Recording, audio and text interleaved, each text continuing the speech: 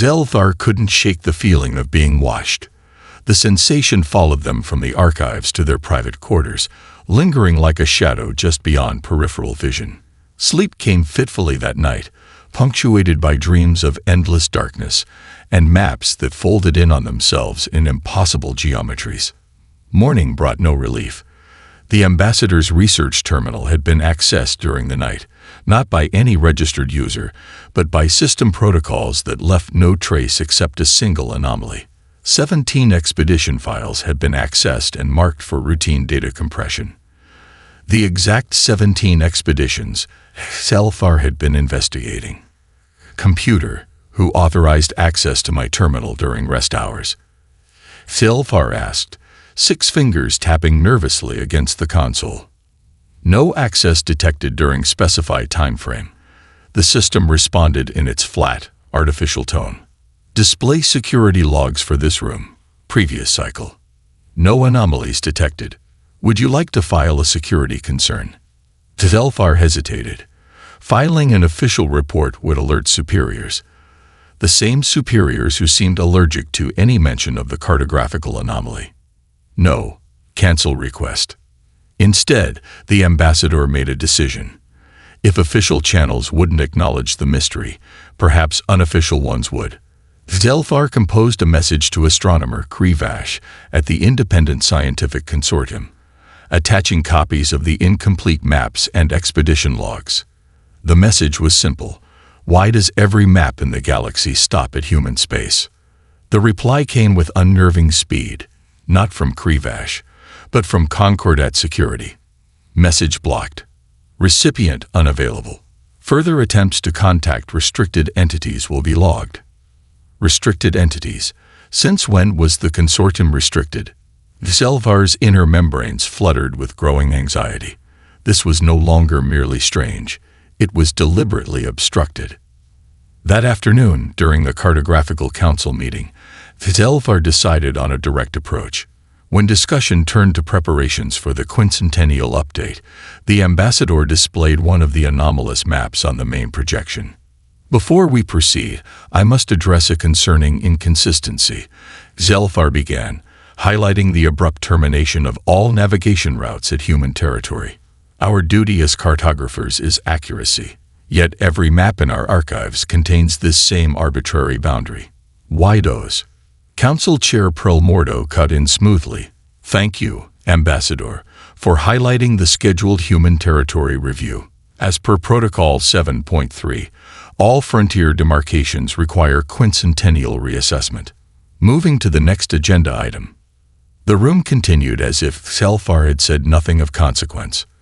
Not a single council member acknowledged the interruption or the unanswered question. Their eyes simply slid past the highlighted boundary as if it weren't there. After the meeting, Xelthar cornered senior cartographer Devex in the corridor. You saw it too. I know you did. Why won't anyone discuss it? Devex's expression remained neutral, but their lower eyes darted nervously. Some boundaries exist for reasons beyond our understanding, Ambassador. My suggestion: focus on chartered space.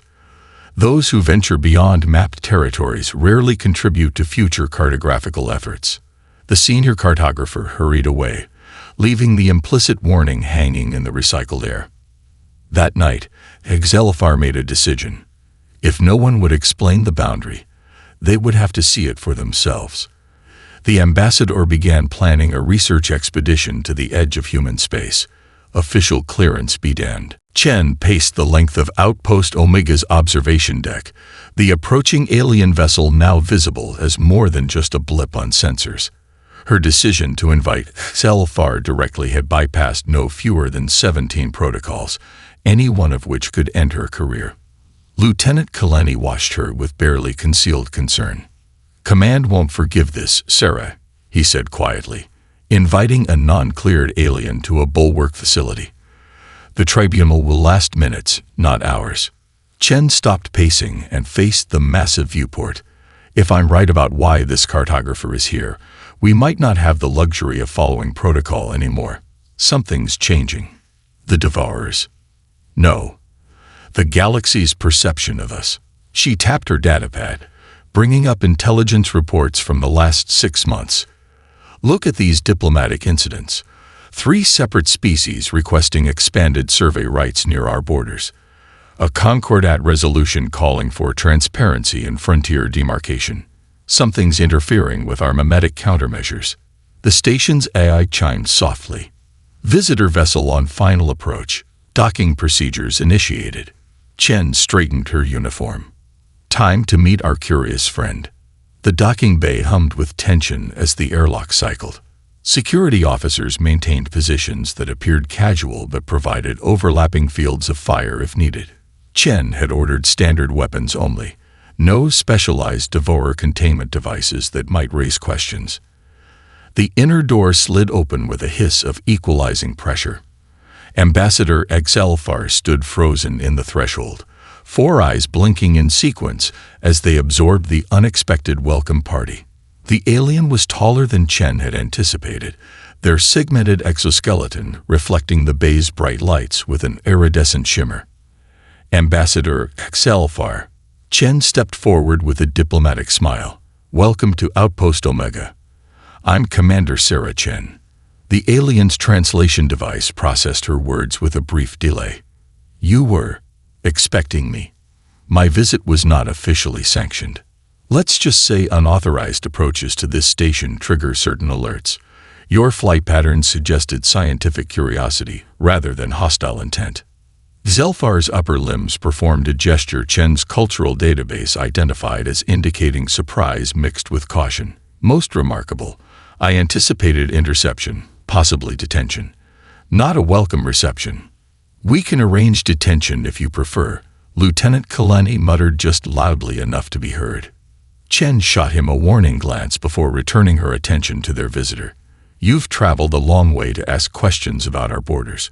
Questions that somehow managed to slip past certain cognitive filters we maintain.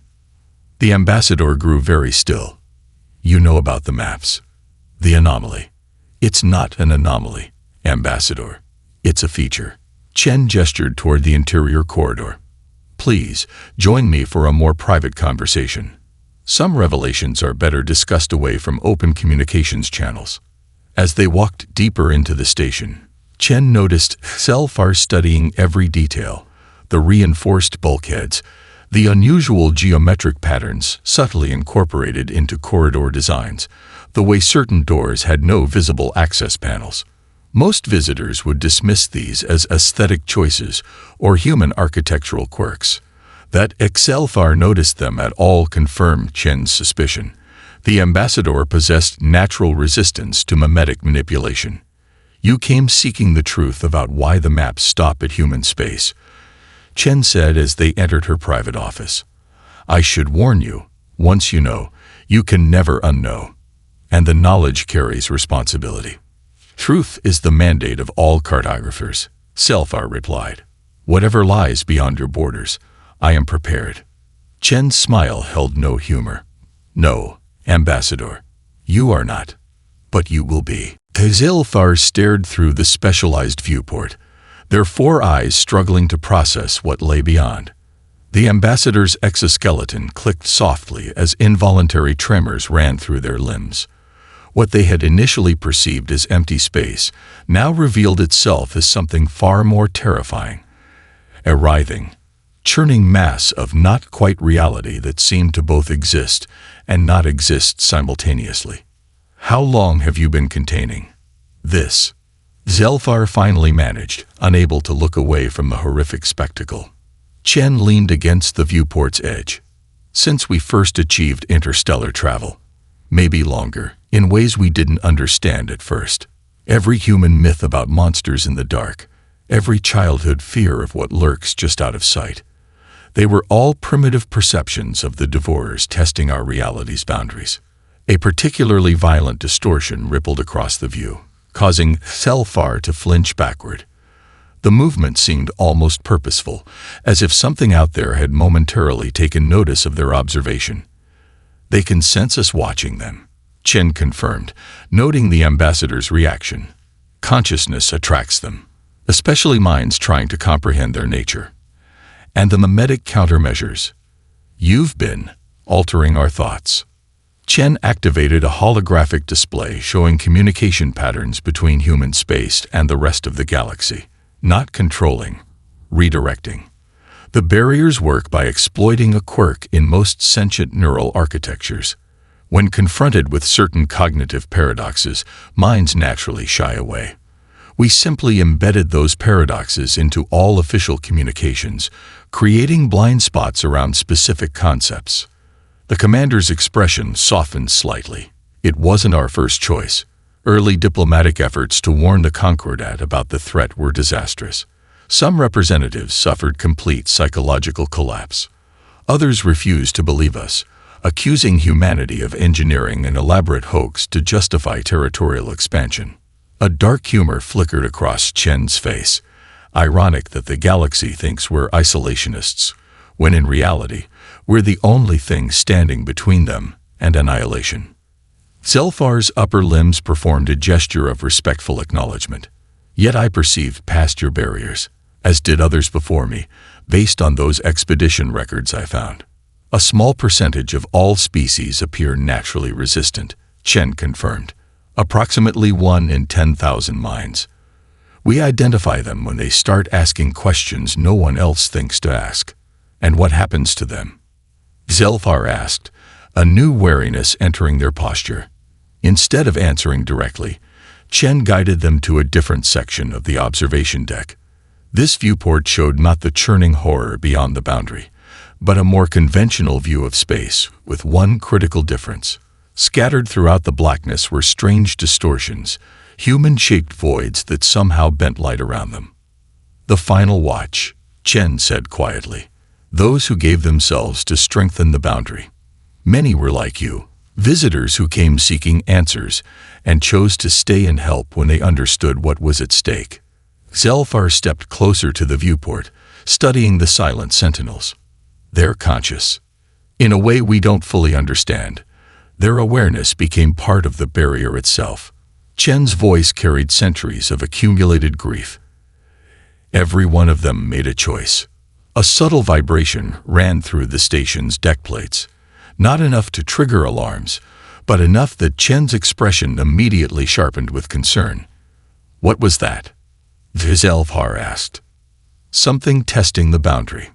Chen checked her wrist display, her face grim. And it's not taking no for an answer. Come with me, Ambassador. It seems your education will be accelerated today. Admiral Okafor led them deeper into Outpost Omega's restricted archives, past security checkpoints that required not just biometric verification, but strange cognitive tests Chen called reality anchors. The final door opened into a circular chamber with walls entirely covered in ancient human artifacts.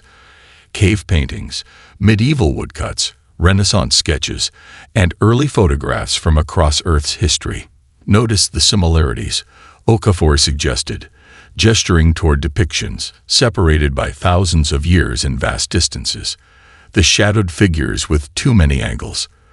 The distortions in space that ancient humans tried to represent with the artistic tools available to them. Zelfar moved slowly around the room, comparing a prehistoric cave painting from southern Europe with a clay tablet from ancient Mesopotamia, then with a scroll painting from dynastic China. Despite the radical differences in artistic style and cultural context, certain elements remained eerily consistent, shapes that hurt to look at directly, suggestions of entities that existed partially outside the frame of reference. Before we understood what we were seeing, we created cultural frameworks to process it. Okafor continued.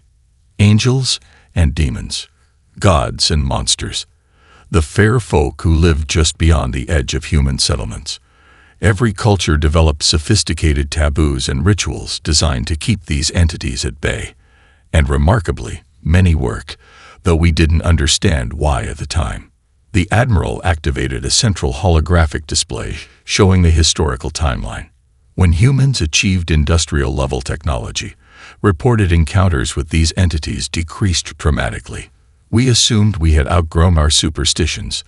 The truth was more complicated. Our technological development created electromagnetic fields that naturally repelled devourer influence, we inadvertently built defenses into our civilization. Zelfar's translator struggled with the concept. You refer to these entities as devourers, but what exactly do they consume? Okefer's expression darkened. Everything. Matter and energy are just the beginning. They consume possibility itself, the potential futures of whatever they touch. When a devourer fully manifests in our reality, it doesn't just destroy what it encounters. It retroactively erases it from existence. No ruins, no debris field, no radiation signature, just absence. The timeline advanced to humanity's first interstellar missions. Grainy footage showed early explorers encountering spatial distortions that their equipment could barely detect. Our first confirmed encounter in space occurred near Alpha Centauri, Okafor said. We lost 3 ships before realizing what we were dealing with. The 4th managed to return with partial data. What they recorded matched our ancestral depictions too closely to be coincidence. The Admiral's voice grew solemn. When we joined the galactic community and encountered other intelligent species, we made a troubling discovery. No other known species could naturally perceive the devourers. Their neural architecture simply lacked the specialized structures humans had evolved. More concerning, Chen added, the devourers showed particular attraction to populated worlds with no natural defenses. Our simulations projected total galactic consumption within 7 generations if left unchecked. Zelfar processed this information slowly, so humanity chose to position itself as a barrier. Not just a barrier, Okafor corrected. A bulwark. We established outposts like this one all along the frontier and developed technologies to strengthen the boundaries of conventional reality. A soft alert chimed from Chen's wrist device. She checked it with a frown. Admiral, Defense Grid 6 is showing unusual activity patterns, similar to the Io incident. Okafor's posture stiffened. Ambassador, it seems your educational tour may include a practical demonstration sooner than we anticipated.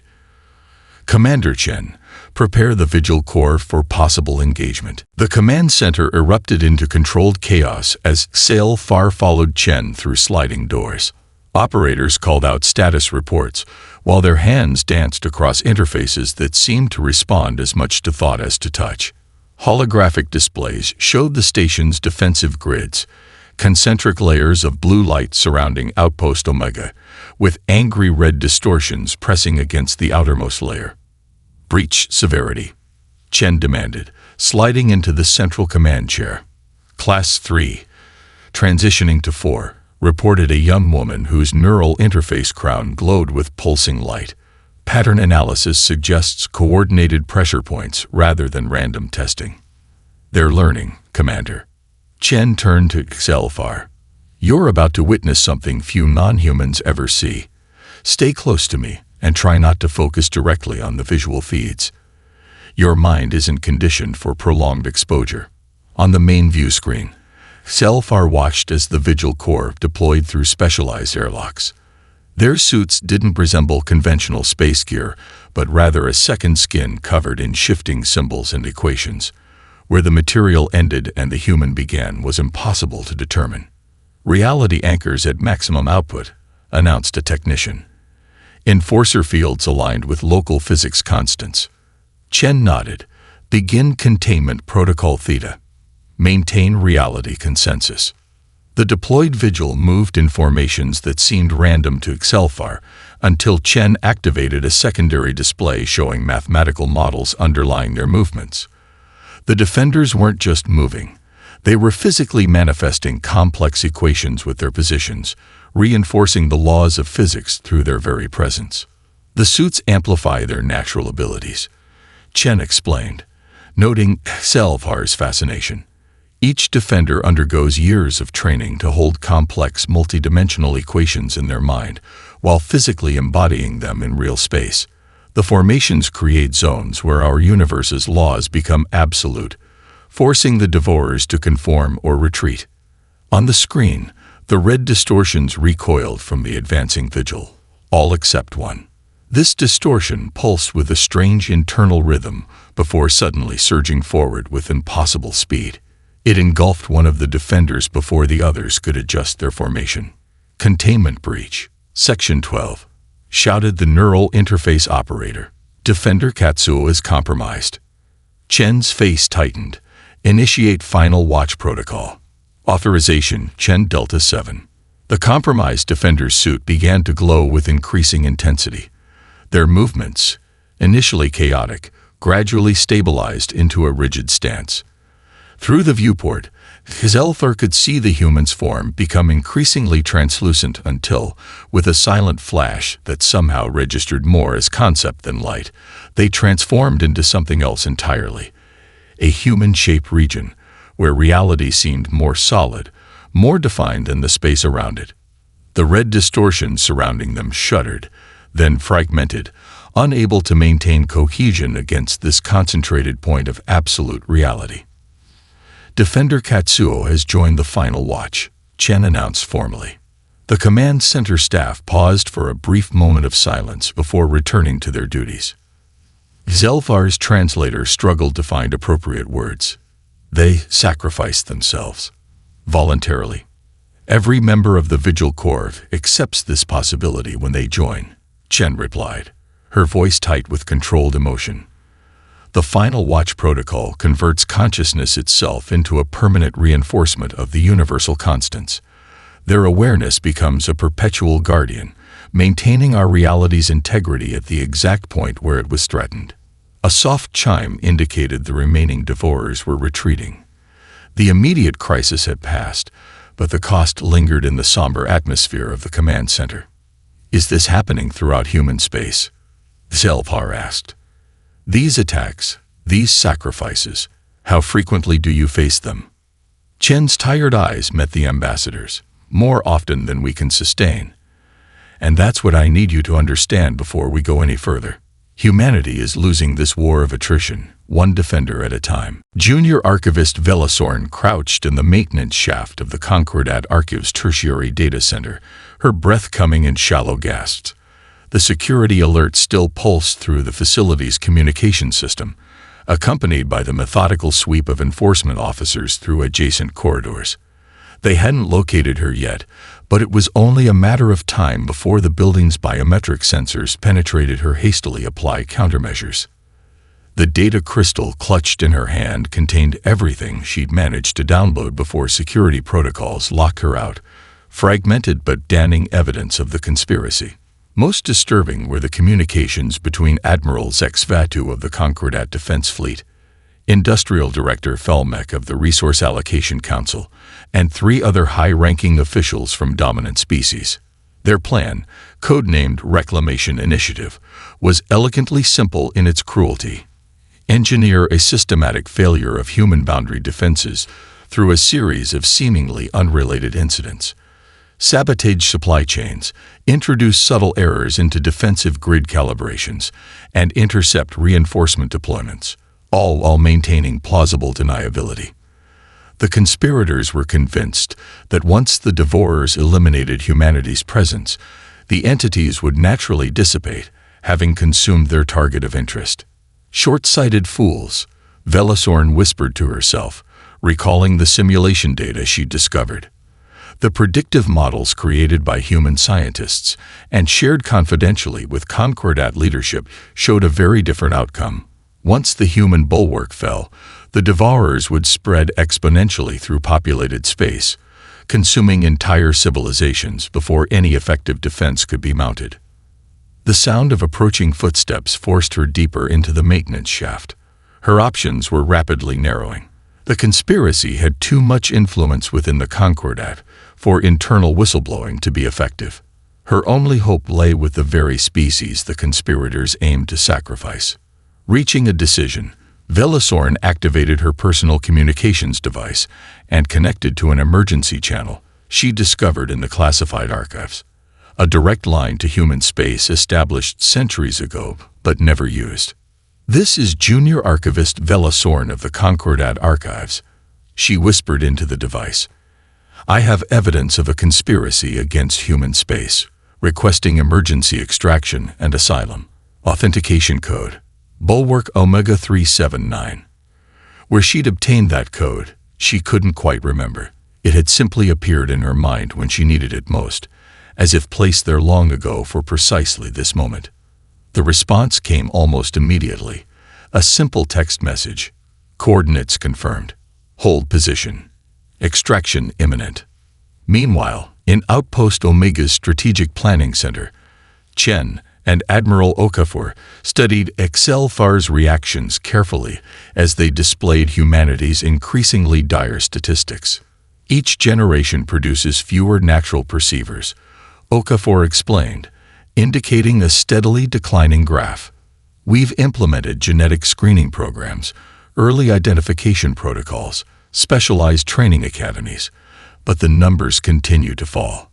Some evolutionary biologists theorize that as human civilization advances, the selective pressure that created our perceptual abilities in the first place has diminished. Chen brought up another display showing incursion frequency. Meanwhile, devourer activity has increased 17% in the last decade alone. They're becoming more coordinated, more adaptive. Our analysts believe they're developing a form of collective intelligence. Zelfar absorbed this information silently, processing its implications. How long can you maintain the boundary with current resources? The silence that followed was answer enough. Finally, Chen spoke the truth no human leader had been willing to voice outside their most classified councils. Without intervention or radical change, our projections give human space less than 30 standard years before systematic containment failure begins. And then, Okafor's voice was grim, then the maps will change again. But there won't be anyone left to draw them. The Emergency Council convened in Outpost Omega's secure conference chamber had been arguing for hours. Representatives from every major human settlement participated via quantum entanglement channels that couldn't be intercepted or monitored. The arrival of Velasorn with evidence of the conspiracy had catalyzed the most consequential debate in human history since the establishment of the Bulwark Protocol. We've sacrificed everything to protect a galaxy that now plots our extinction, General Santos growled, pounding his fist on the table. Let them face the consequences of their ignorance. That's not who we are, Dr. Nyong'o countered. We didn't establish the Bulwark to be thanked. We did it because it was necessary. And it remains necessary, Admiral Okafor added. Regardless of this conspiracy, the Devourers are real, and their threat to all life is real. If we abandon our posts out of spite, we condemn trillions of innocent beings who know nothing of this plot. Exelfar had been watching silently, studying these humans as they argued passionately about the fate of species that had never shown them gratitude. The ambassador noticed something remarkable. Despite their anger and fear, not once did any human suggest simply retreating to Earth and abandoning the boundary entirely. Their debate wasn't about whether to protect the galaxy, but how to sustain that protection in the face of dwindling resources and active sabotage. May I speak? Selfar asked during a brief lull. All eyes turned to the alien. Commander Chen nodded. Please do. I've observed something about humans that I find remarkable. Telfar began. Your minds possess two seemingly contradictory qualities. You can perceive horrors beyond normal comprehension, yet you refuse to surrender to the despair such perception should logically create. Where most species would retreat into denial or madness, you choose action and sacrifice. The ambassador rose to their full height. I believe this unique cognitive architecture may not be as rare among other species as you think. My presence here proves that some non-humans can perceive past your mimetic barriers. Junior Archivist, Velasorn's actions demonstrate that others can recognize truth when presented with it, even without direct perceptual ability. Zelfar gestured to the statistical projections hovering above the conference table. Your models show humanity cannot sustain this burden alone, but they don't account for assistance because you've never sought it. What if instead of hiding the truth, you selectively revealed it? Not to governments or institutions that might panic, but to individuals like myself who demonstrate natural resistance to your barriers. The room fell silent as the implications settled over the human leadership. Finally, Dr. Nyong'o spoke. The newly constructed Collaborative Defense Center hummed with activity as representatives from 27 species worked alongside human specialists. What had begun with Selfar's return to Concordat space a year ago as a solitary mission had blossomed into something no human strategist had dared imagine. A genuine interspecies alliance against the Devourers. Admiral Chen, promoted after her protocol breach, had ultimately saved human space, stood at the observation deck overlooking the main operations floor. Beside her, Zelfar reviewed progress reports from recruitment centers established throughout the galaxy. Each center identified individuals with natural resistance to mimetic barriers, offering them a choice that would forever change their lives. The Tellerate engineers have completed the modified perception filters, Zelfar reported. Their crystalline technology amplifies natural cognitive resistance by a factor of 7 without the neural damage previous attempts caused. Chen nodded appreciatively. And the Volucrian energy specialists. Their containment field prototypes are exceeding expectations. By incorporating their phase shift technology with our reality anchors, we've increased barrier strength by 38% while reducing the consciousness burden on defenders. A soft chime from Chen's communications device interrupted them. The Admiral's expression shifted to one of cautious optimism as she reviewed the incoming data. Outpost Sigma is reporting unprecedented readings. The boundary is advancing. Zelfar's 4 eyes widened. Advancing, not just holding. Confirmed. 3 light-years of previously consumed space has been reclaimed. The Devourers are retreating from the combined defensive grid. For a moment, neither spoke, absorbing the significance of this development. Since the establishment of the Bulwark Protocol, humanity had never gained ground, only held it, often at terrible cost. The idea of actually pushing back the darkness had been nothing more than a distant hope. On the main floor below, the first graduating class of the Interspecies Vigil Corps moved through complex training formations. Humans worked alongside Andorians, Volucrians, Tellarites, and 24 other species, each contributing unique perceptual abilities or technological expertise to the whole. What one species lacked, another provided. Where one mind faltered, others compensated. I didn't believe it would work, Chen admitted quietly. Not really. I hoped, but after centuries of solitary guardianship, the idea that others would join us, that they could join us effectively. You underestimated the galaxy's capacity for courage, Zelfar replied. Once individuals understood what humanity had been silently enduring on their behalf, the response was inevitable. The conspiracy had collapsed quickly once exposed. Admiral Zexvatu and the other plotters had been removed from power, their positions filled by officials who understood the true nature of the threat. The Concordats' full resources now supported the defense effort, with research facilities throughout the galaxy working to understand the Devourers and develop new countermeasures. In the Grand Assembly Hall of the Concordat, the unveiling of High Cartographer, Zelfar's revolutionary stellar map had marked a turning point in galactic history. For the first time, official charts showed not a boundary at human space, but a collaborative defensive perimeter, one that now, incredibly, showed signs of expansion rather than contraction. As Chen watched the diverse species working in harmony below, she remembered her conversation with Zelfar a year ago on this same observation deck, when humanity's future had seemed so precarious. "Do you think we can win now?" she asked. "Not just hold the line, but actually push them back for good." Zelfar considered the question carefully before answering. "I believe we can accomplish something even more significant than victory, Admiral. We are rewriting the maps of possibility itself."